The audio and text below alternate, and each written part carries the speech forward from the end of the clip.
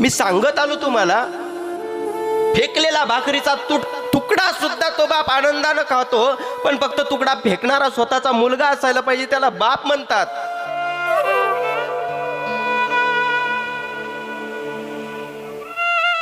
खूप भाग्यवान असतात ती लोक ज्यांच्या जीवनामध्ये कधीतरी कोणत्या ना कोणत्या गोष्टीच्या निमित्तानं बापाची सेवा करण्याचा लाभ माणसाला प्राप्त होत असतो. आदरणीय आमचे सुदाम भाऊ असतील, मलपानी सेठ असतील, खूप भाग्यवान आहेत तुमचे आई वडील. आज वैकुंठातून स्वर्गातून पाहत असताना ते सुद्धा म्हणत असतील की जर भगवंतानं अवतार दिला, परत जन्माला घातलं, तर हीच मुलं परत आमच्या पोटी मुलाच्या स्वरूपानं जन्माला यायला पाहिजे. इथं लेकराला बापाला अग्नी डाग देण्याकरता लेकरू सुट्टी काढू शकत नाही, पण गेल्यानंतर सुद्धा एवढा खर्च काढणं हा सोपा विषय